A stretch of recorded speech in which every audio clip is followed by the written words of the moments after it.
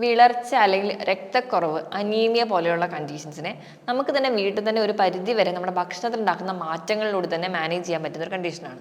അപ്പോൾ നമുക്ക് പ്രധാനപ്പെട്ട ഏതൊക്കെ ഭക്ഷണങ്ങൾ കഴിച്ചാൽ നമുക്ക് വിളർച്ച തടയാൻ പറ്റുമെന്ന് നോക്കാം. ഞാൻ ഡോക്ടർ പ്രിയ ക്യുവണ്ടി ഹെൽത്ത് കെയറിലെ മെഡിക്കൽ ഓഫീസറാണ്.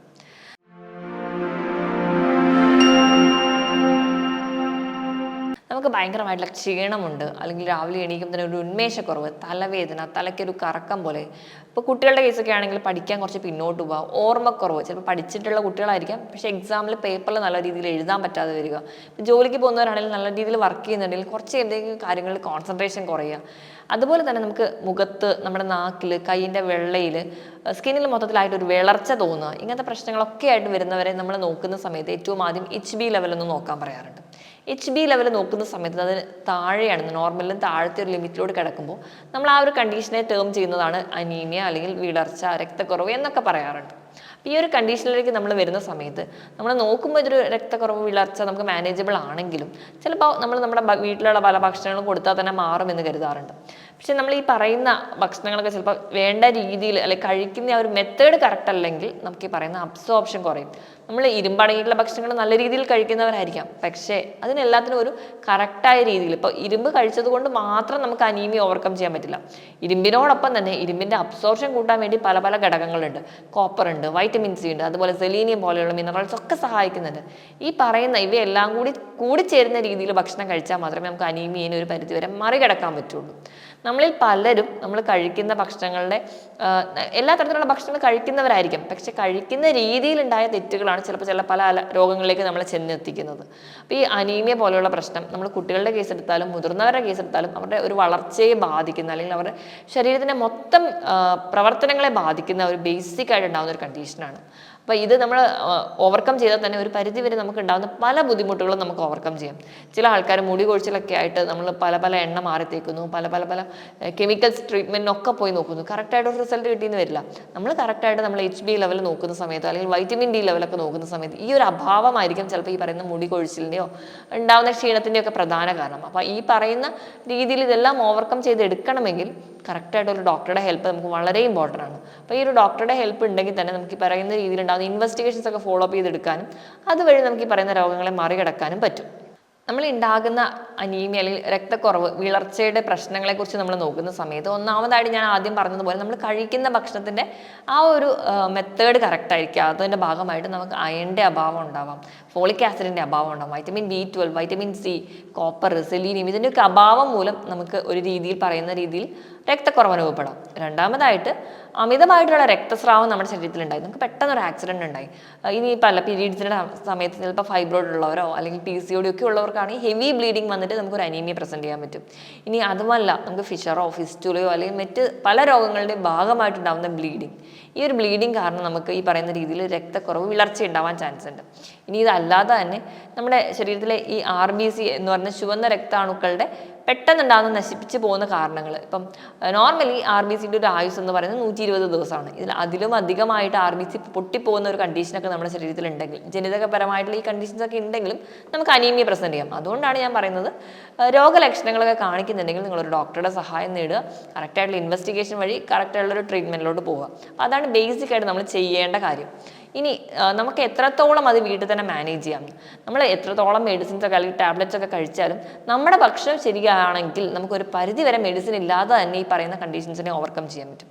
അപ്പോൾ അങ്ങനെയുള്ള ചില ഭക്ഷണങ്ങളെ നമുക്ക് നോക്കാം. ഒന്നാമതായിട്ട് എടുക്കുകയാണെങ്കിൽ പച്ചക്കറി വിഭാഗങ്ങളെ നമ്മൾ ഡിസ്കസ് ചെയ്യുന്ന സമയത്ത് ഒന്നാമതായിട്ട് നമ്മുടെ അടുത്തോട്ട് വരുന്നത് ചീരയാണ്.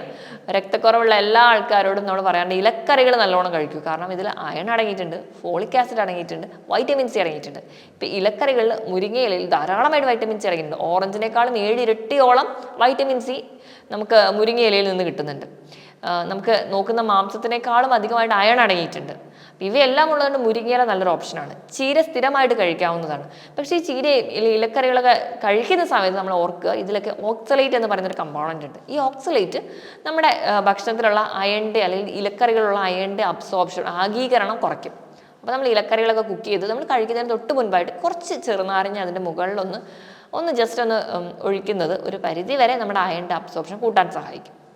ഇനി നമ്മൾ ഇലക്കറികൾ കഴിഞ്ഞ് കഴിഞ്ഞാൽ അടുത്തതായിട്ട് നമ്മൾ ഡിസ്കസ് ചെയ്യുന്നത് ബീറ്റ്റൂട്ടാണ്. ബീറ്റ്റൂട്ടിൽ അതിൻ്റെ ഒരു നിറം തന്നെ നമ്മുടെ രക്തത്തിൻ്റെ നിറമാണ്. കാരണം അതിൽ നിന്ന് തന്നെ നമുക്ക് മനസ്സിലാക്കാം എത്രത്തോളം ബീറ്റ്റൂട്ട് നമ്മുടെ അയണിൻ്റെ ഫോളിക് ആസിഡിൻ്റെ ഒക്കെ ഒരു സപ്ലിമെൻ്റ് ആയതുകൊണ്ട് തന്നെ രക്തത്തിൻ്റെ പ്രൊഡക്ഷൻ കൂട്ടാനും അല്ലെങ്കിൽ HB പ്രൊഡക്ഷൻ കൂട്ടാനും അതുവഴി നമുക്ക് രക്തക്കുറവ് മറികടക്കാനും സഹായിക്കും. മൂന്നാമതായിട്ട് നമ്മൾ പഴവർഗ്ഗങ്ങളെ പറ്റി നോക്കുന്ന സമയത്ത് പഴവർഗ്ഗങ്ങളുടെ കേസിൽ ഏറ്റവും ഇമ്പോർട്ടൻ്റ് ആയിട്ട് പറയേണ്ടത് മാതളമാണ്.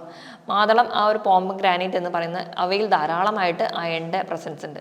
അതോടൊപ്പം തന്നെ പപ്പായയിലുണ്ട്, മസ്ക് മെലണിലുണ്ട്, തണ്ണിമത്തൻ അല്ലെങ്കിൽ വാട്ടർമെലണിലുണ്ട്. വാട്ടർമെലൺ അപ്പോൾ നമുക്കിതൊക്കെ മിക്സ് ചെയ്തിട്ടൊരു ജ്യൂസായിട്ടോ അല്ലെങ്കിൽ അത് അങ്ങനെ തന്നെ കട്ട് ചെയ്ത് കഴിക്കുന്നതാണ് ഏറ്റവും ബെസ്റ്റ്. കാരണം ജ്യൂസ് ആക്കുന്ന ചിലപ്പോൾ നമ്മൾ അരിച്ചതിൻ്റെ ഫൈബർ കളയും, വീണ്ടും പഞ്ചസാര ആഡ് ചെയ്യാനുള്ള ഒരു ടെംപ്റ്റേഷനൊക്കെ ഉണ്ടാവും. അപ്പോൾ ഏറ്റവും ബെസ്റ്റ് എന്ന് പറഞ്ഞാൽ അത് കട്ട് ചെയ്ത് കഴിക്കുക. അല്ലെങ്കിൽ നിങ്ങൾക്ക് എല്ലാം കൂടെ മിക്സ് ചെയ്തിട്ട് വേണമെങ്കിൽ ജ്യൂസായിട്ടും പ്രിഫർ ചെയ്യാം. അരിക്കാതെ കുടിക്കുന്നതാണ് ഏറ്റവും ബെസ്റ്റ്. അതുപോലെ തന്നെ മാക്സിമം പഞ്ചസാര ഒഴിവാക്കുക. വേണമെങ്കിൽ നിങ്ങൾക്ക് അതിന് പകരം കുറച്ച് തേൻ ആഡ് ചെയ്യാം. ഇനി നാലാമതായി പറയാൻ പോകുന്നതും തേനിനെ കുറിച്ചാണ്. തേനിൽ ഒരു പരിധിവരെ അയണും ഉണ്ട്, കോപ്പറും അടങ്ങിയിട്ടുണ്ട്. ഇപ്പം നമ്മൾ ഈ പറഞ്ഞ രീതിയിലൊക്കെ ജ്യൂസ് ഉണ്ടാക്കുന്ന സമയത്ത് നമ്മൾ തേൻ ആഡ് ചെയ്യുമ്പോൾ ഈ പറയുന്ന അയണിൻ്റെ അബ്സോർപ്ഷൻ ഈ കോപ്പർ കൂട്ടും. അതുവഴി നമുക്ക് ഈ അയൺ കുറച്ചും കൂടി നമ്മുടെ ശരീരത്തിൽ അബ്സോർബ് ചെയ്യാൻ പറ്റും. നമ്മളിങ്ങനത്തെ ജ്യൂസൊക്കെ ഉണ്ടാകുന്ന സമയത്ത് പഞ്ചസാര മാറ്റി തേൻ ആഡ് ചെയ്ത് കഴിഞ്ഞാൽ അവിടെ ഇരുമ്പിൻ്റെ ആഗീകരണം നമ്മുടെ ശരീരത്തിൽ കൂട്ടും. അതുവഴി നമുക്ക് ഒരു പരിധിവരെ വിളർച്ച തടയാൻ പറ്റും. ഈ അഞ്ചാമതായിട്ട് നമ്മൾ ഡിസ്കസ് ചെയ്യുന്ന സമയത്ത് നമുക്ക് പറയാം ഏറ്റവും ഇമ്പോർട്ടൻ്റ് ആയി പറയാൻ പറ്റുന്ന ഉണക്കമുന്തിരിയാണ്. അപ്പോൾ നമ്മൾ ഉണക്കമുന്തിരി സ്ഥിരമായി കഴിക്കുന്നത് നമുക്ക് ഒരുപാട് ഗുണങ്ങൾ ചെയ്യുന്നുണ്ട്. അതിൽ ധാരാളം ഫൈബർ അടങ്ങിയിട്ടുണ്ട്, അതിൽ അയണിൻ്റെ കണ്ടന്റ് കൂടുതലാണ്. അപ്പോൾ അങ്ങനെയൊക്കെ ഉള്ളതുകൊണ്ട് തന്നെ രാത്രി ഒരു 10-15 ഉണക്കമുന്തിരി ഒരു മുതിർന്ന ആൾക്കാർക്ക് കേട്ടോ, കുട്ടികൾക്കൊക്കെ ആണെങ്കിൽ 4-5 എണ്ണം മാത്രം മതി. പക്ഷെ നല്ല രീതിയിൽ ചെറു ചൂടുവെള്ളത്തിലൊക്കെ കഴുകി അതിനുശേഷം കുതിർത്താൻ വേണ്ടി ഇടുക. കാരണം ഇതിൽ വിഷാംശം ഒരുപാട് ഉണ്ടാവാനുള്ള ചാൻസ് കൂടുതലാണ്. അപ്പോൾ അതുകൊണ്ട് തന്നെ ഉണക്കമുതിരി കഴിക്കുന്നത് ഒരു പരിധിവരെ അയണിൻ്റെ ഒരു പ്രൊഡക്ഷൻ കൂട്ടാനും HB പ്രൊഡക്ഷൻ കൂട്ടാനും ഒക്കെ സഹായിക്കും. ഇനി ആറാമതായിട്ട് പറയുന്നത് എള്ളാണ്. കറുത്ത എള്ള് പ്രത്യേകിച്ച് അത് കഴിക്കുന്നത് വളരെ നല്ലതാണ്. ഇപ്പം ഞാൻ പറയുകയാണെങ്കിൽ കറുത്ത എള്ള് പൊടിച്ചിട്ട് അത് തേനും കൂടെ മിക്സ് ചെയ്ത് കഴിക്കാൻ ഏറ്റവും സൂപ്പറായിട്ട് നമുക്ക് അയണിൻ്റെ അബ്സോർപ്ഷൻ അല്ലെങ്കിൽ അതുപോലെ തന്നെ ഹീമോഗ്ലോബിൻ പ്രൊഡക്ഷൻ കൂട്ടാൻ വേണ്ടി സഹായിക്കുന്ന ഒന്നാണ്. കാരണം എള്ളിൽ ധാരാളമായിട്ട് അയൺ അടങ്ങിയിട്ടുണ്ട്. അതോടൊപ്പം തേനും കൂടി ചേരുന്ന സമയത്ത് ഇത് കോപ്പറും കൂടി ഉള്ളതുകൊണ്ട് കുറച്ചും കൂടി അയണിൻ്റെ ആഗീകരണം കൂട്ടും. ഇപ്പം മുടി കൊഴിച്ചിൽ, നിങ്ങൾക്ക് രക്തക്കുറവ് മൂലം ഉണ്ടാകുന്ന മുടി കൊഴിച്ചിലാണെങ്കിൽ ഞാൻ ഈ പറഞ്ഞൊരു ടിപ്പ് എള്ളും തേനും കൂടെ ചേർത്ത് കഴിക്കുന്നത് ഏറ്റവും ബെസ്റ്റ് ആയിട്ടുള്ളൊരു സൊല്യൂഷനാണ്. നിങ്ങൾ എക്സ്റ്റേണലി ഒരുപാട് ഓയിൽ മാറ്റി തേക്കുന്നതിന് പകരം ഈ ഒരു ടിപ്പ് മാത്രം ഫോളോ ചെയ്ത് തന്നെ ഒരുപാട് മാറ്റങ്ങൾ നമ്മുടെ ശരീരത്തിൽ കാണിക്കും. ഇനി അടുത്തൊരു ഭക്ഷണം, നോൺ വെജിറ്റേറിയൻ ആൾക്കാർക്ക് ഏറ്റവും കൂടുതലായിട്ട് എടുക്കുന്ന മീറ്റ് അല്ലെങ്കിൽ മാംസത്തിൽ ധാരാളമായിട്ട് അയൺ അടങ്ങിയിട്ടുണ്ട്. ഇപ്പം പ്രത്യേകിച്ച് നമ്മൾ നോക്കുകയാണെങ്കിൽ ഇവരെയൊക്കെ ലിവർ, ഇപ്പം ബീഫിൻ്റെ ലിവർ, ചിക്കൻ്റെ ലിവറൊക്കെ കഴിക്കുന്നത് വൈറ്റമിൻ എയും അയണും ഒക്കെ നമുക്ക് കിട്ടാൻ വളരെ ഹെൽപ്ഫുള്ളാണ്. അതുപോലെ തന്നെ സീ ഫുഡിലാണെങ്കിൽ കക്ക, ഞണ്ട്, കൊഞ്ച് ഇങ്ങനെയുള്ള തോടോട് കൂടിയിട്ടുള്ള മത്സ്യങ്ങൾ ധാരാളമായിട്ട് അടങ്ങിയിട്ടുണ്ട്. ഇനിയിപ്പം ബീൻസ് വർഗ്ഗങ്ങളിൽ പെട്ടിട്ടുള്ള, പയറ് വർഗ്ഗങ്ങളിൽ പെട്ടിട്ടുള്ള വെള്ളക്കടല അല്ലെങ്കിൽ സോയാബീൻ, അതുപോലെ തന്നെ നമുക്ക് രാജ്മ അല്ലെങ്കിൽ ഈ വൻപയറിൻ്റെ കുറച്ചുകൂടെ വലിയൊരു ഫോം അല്ലെങ്കിൽ വൻപയറും ചെറുപയറിലൊക്കെ കുറഞ്ഞ അംശത്തിലെങ്കിലും അയണിൻ്റെ പ്രസൻസ് ഉണ്ട്. അപ്പോൾ അവയൊക്കെ മാക്സിമം നമ്മൾ ഭക്ഷണത്തിൽ ഇൻക്ലൂഡ് ചെയ്യാൻ വേണ്ടി നോക്കുക. ധാന്യങ്ങളിലും അതുപോലെ തന്നെ റാഗി ഏറ്റവും ബെസ്റ്റ് ഓപ്ഷനാണ്. ഈ അയണിൻ്റെ പ്രസൻസ് ഉള്ളതുകൊണ്ട് തന്നെയാണ് നമ്മൾ കുഞ്ഞു കുട്ടികൾക്ക് 6 മാസം കഴിഞ്ഞ് കുഞ്ഞുങ്ങൾക്ക് പോലും നമ്മൾ റാഗി കൊടുത്തു പോകുന്നത്. അപ്പോൾ ഇത്രയും അധികം അയണിൻ്റെ സോഴ്സസ് നമ്മുടെ വീട്ടിൽ തന്നെ അല്ലെങ്കിൽ നമ്മുടെ അടുക്കളയിൽ തന്നെ ഈ പറഞ്ഞ കാര്യങ്ങളെല്ലാം തന്നെ ഉണ്ട്. നമുക്ക് തന്നെ ഈ പറയുന്ന ബുദ്ധിമുട്ടുകളോ അല്ലെങ്കിൽ ഈ പറയുന്ന ലക്ഷണങ്ങളോ ആർക്കെങ്കിലും ഉണ്ടെങ്കിൽ തന്നെ ഈസി ആയിട്ട് മാനേജ് ചെയ്യാൻ പറ്റുന്ന കണ്ടീഷനാണ്. അപ്പോൾ ഇത്രയും അധികം ഭക്ഷണങ്ങൾ നമ്മുടെ വീട്ടിലൊക്കെ ഉണ്ടെങ്കിലും നമ്മൾ കഴിക്കുന്ന രീതി ശരിയാണെങ്കിൽ കുറച്ചും കൂടി അയണിൻ്റെ ആഗീകരണം കൂട്ടാൻ പറ്റും. അപ്പോൾ അങ്ങനെ നോക്കുകയാണെങ്കിൽ ഏറ്റവും ആദ്യം നമ്മൾ ഈ പറഞ്ഞ ഭക്ഷണങ്ങൾക്ക് ഇരുമ്പ് പാത്രത്തിൽ പാചകം ചെയ്യുന്നത് ഒരു പരിധി വരെ നമുക്ക് അനീമിയ തടയാൻ പറ്റും. രണ്ടാമതായിട്ട് നിങ്ങൾ അയൺ അടങ്ങിയിട്ടുള്ള എല്ലാ ഭക്ഷണങ്ങളും കഴിക്കുമ്പോൾ അതിനോടൊപ്പം തന്നെ വൈറ്റമിൻ സി അല്ലെങ്കിൽ ചെറിയ പുളിപ്പുള്ള ഫ്രൂട്ട്സ് ഒക്കെ കഴിക്കുന്നതും അല്ലെങ്കിൽ ഒരു നെല്ലിക്ക അതിനോടൊപ്പം കഴിക്കുന്നതും നമുക്ക് ഇരുമ്പിൻ്റെ ആഗീകരണം ശരീരത്തിൽ കൂടും. ഇപ്പം നമ്മൾ എന്തെങ്കിലുമൊക്കെ ഇപ്പം നമ്മൾ എള്ളോ അങ്ങനെ എന്തെങ്കിലുമൊക്കെ അടങ്ങിയിട്ടുള്ള എള്ളുണ്ട കഴിക്കുന്നു, അത് കഴിഞ്ഞ് ഒരു നെല്ലിക്ക കഴിച്ച് കഴിഞ്ഞാൽ അവിടെ ഇരുമ്പിൻ്റെ ആഗീകരണം കൂട്ടും. അപ്പോൾ ഈ പറയുന്ന ഒരു മെത്തേഡ് നിങ്ങൾ ഫോളോ ചെയ്യാൻ നോക്കുക. ഇനി അത് മാത്രമല്ല, നമ്മൾ അമിതമായിട്ട് ചായയോ കാപ്പിയോ കുടിക്കുന്ന ശീലമുള്ളതെങ്കിൽ അത് കംപ്ലീറ്റ്ലി ഒഴിവാക്കുക. അതൊരു പരിധി വരെ നമ്മുടെ ഇരുമ്പിൻ്റെ ആഗീകരണം കൂട്ടാൻ സഹായിക്കും. കാരണം ചായയിലും കാപ്പിയിലും ഒക്കെ അടങ്ങിയിട്ടുള്ള ഓക്സലേറ്റ്സ് ഒക്കെ ഒരു പരിധി വരെ ഇരുമ്പിൻ്റെ ആഗീകരണം നമ്മുടെ ശരീരത്തിൽ തടയുന്നവയാണ്. അതുപോലെ തന്നെ പാലുൽപ്പന്നങ്ങളും നിങ്ങൾ ഇരുമ്പടങ്ങിയ ഭക്ഷണങ്ങൾ കഴിക്കുമ്പോൾ കഴിവതും പാലുൽപ്പന്നങ്ങളും ചേർത്ത് കഴിക്കാതിരിക്കുക. അതിന് കാരണം ഇരുമ്പ് അടങ്ങിയിട്ടുള്ള ഭക്ഷണങ്ങൾ കഴിക്കുന്ന സമയത്ത് നമ്മൾ കാൽസ്യം കൂടി ചേർത്ത് കഴിഞ്ഞാൽ ഒരുമിച്ച് ഇവ രണ്ടും കൂടെ നമ്മുടെ ശരീരത്തിൽ ആഗീകരണം നടക്കില്ല.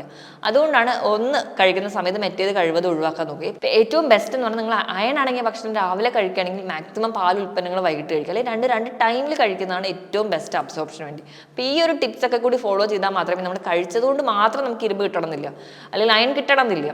ഇനി അതുപോലെ നമുക്ക് കഴിക്കേണ്ട ഒരു ഡ്രിങ്ക് നോക്കുകയാണെങ്കിൽ കറുത്ത എള്ളെടുക്കുക, അതൊരു 1.5 ടേബിൾ സ്പൂൺ നമ്മൾ മിക്സിയുടെ ചെറിയ ജാറിലിട്ടിട്ട് നല്ല രീതിയിൽ പൊടിച്ചെടുക്കുക. ഇനി തലേദിവസം രാത്രി തന്നെ ഒരു 5-6 ബദാം കുതിർത്താൻ വിടുക. ഇത് പൊടിച്ച ശേഷം ഈ ബദാമും നല്ല രീതിയിൽ അരച്ചെടുക്കുക. അതോടൊപ്പം തന്നെ 1 ടേബിൾ സ്പൂൺ ജാഗരി അല്ലെങ്കിൽ ശർക്കര, ഇതിൽ ധാരാളമായിട്ട് അയൺ അടങ്ങിയിട്ടുണ്ട്, ഇതും നല്ല രീതിയിൽ ഒന്ന് പൊടിച്ചെടുക്കുക. അപ്പോൾ ഈ ഒരു മിക്സ്ചർ ഇതെല്ലാം കൂടി പൗഡേർഡ് ഫോമിലോട്ട് ആക്കി കഴിഞ്ഞ് കഴിഞ്ഞാൽ നമുക്കൊരു ഡ്രിങ്കിൻ്റെ പരുവത്തിലേക്ക് കൊണ്ടുവരാൻ വേണ്ടി ഒന്നെങ്കിൽ തേങ്ങാ വെള്ളം ആഡ് ചെയ്യാം, അല്ലെങ്കിൽ പ്ലെയിൻ വാട്ടർ ആഡ് ചെയ്യാം.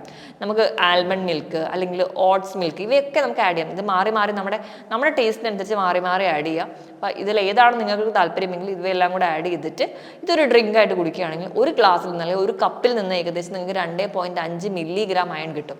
അപ്പോൾ അത്രയും സൂപ്പർ ഡ്രിങ്കാണ്. അപ്പോൾ അനീമിയൊക്കെ അനുഭവിക്കുന്ന ആൾക്കാരാണ്, രക്തക്കുറവൊക്കെ ഉണ്ടെങ്കിൽ മാക്സിമം ഈ ഒരു ഡ്രിങ്ക് നിങ്ങൾ കഴിക്കുക, അല്ലെങ്കിൽ ബീട്രൂട്ട് ജ്യൂസ് കഴിക്കുക. ഇതൊക്കെ നിങ്ങൾക്കൊരു പരിധി വരെ ഈ അനീമിയയുടെ ഒരു ബുദ്ധിമുട്ട് നിങ്ങൾക്ക് ഓവർകം ചെയ്യാൻ പറ്റും. അതുപോലെ തന്നെ നമുക്ക് വേണമെങ്കിൽ ഫ്ലാക്സ് സീഡ്, എള്ള് ഇതെല്ലാം കൂടി വറുത്തിട്ട് പൊടിച്ചെടുക്കാം. ഇതിലേക്ക് കുറച്ച് ജാഗരിയും കൂടെ മിക്സ് ചെയ്യുക. ഇത് എല്ലാം നല്ല രീതിയിൽ മിക്സ് ചെയ്ത ശേഷം ചെറിയ ചെറിയ ഉണ്ടകളാക്കി മാറ്റി വെക്കുക. അപ്പം എള്ളും അതിനോടൊപ്പം തന്നെ വേണമെങ്കിൽ ഫ്ലാക്സ് സീഡും ഒക്കെ അയൺ റിച്ച് ആണ്. അപ്പം ഇവയെല്ലാം കൂടി ചേർന്ന രീതിയിൽ നമുക്കൊരു ഉണ്ട പോലെ അല്ലെങ്കിൽ ലഡു ഫോമിലോട്ടൊക്കെ കൊണ്ടുവരുവാണെങ്കിൽ കുട്ടികൾക്കൊക്കെ ഒരു സ്നാക്കായിട്ട് കൊടുക്കാനും പറ്റും. ഒരു ഹെൽത്തി ഓപ്ഷനാണ്. ധാരാളം അയൺ ഉണ്ട്, ഹീമോഗ്ലോബിൻ പ്രൊഡക്ഷൻ കൂട്ടും, നമുക്ക് രക്തക്കുറവ് അല്ലെങ്കിൽ വിളർച്ചയൊക്കെ ഒരു പരിധിവരെ തടയാനും പറ്റും. അപ്പം ഞാൻ ഈ പറഞ്ഞ ടിപ്സുകളോ അല്ലെങ്കിൽ ഞാൻ പറഞ്ഞ ഭക്ഷണങ്ങളൊക്കെ നിങ്ങൾ മാക്സിമം നിങ്ങളുടെ ഡയറ്റിൽ ഇൻക്ലൂഡ് ചെയ്യുക. മാക്സിമം രക്തക്കുറവ് അല്ലെങ്കിൽ വിളർച്ചയുടെ പ്രശ്നങ്ങളൊക്കെ മറികടക്കാൻ വേണ്ടി ശ്രമിക്കുക. ഞാൻ പറഞ്ഞ കാര്യത്തിൽ ഡൗട്ട് ഉണ്ടെങ്കിൽ താഴെ കാണുന്ന നമ്പറിൽ കോൺടാക്ട് ചെയ്യുക. മറ്റൊരു ഹെൽത്ത് ടോപ്പിക്കുമായിട്ട് വീണ്ടും കാണുന്നത് വരെ നന്ദി.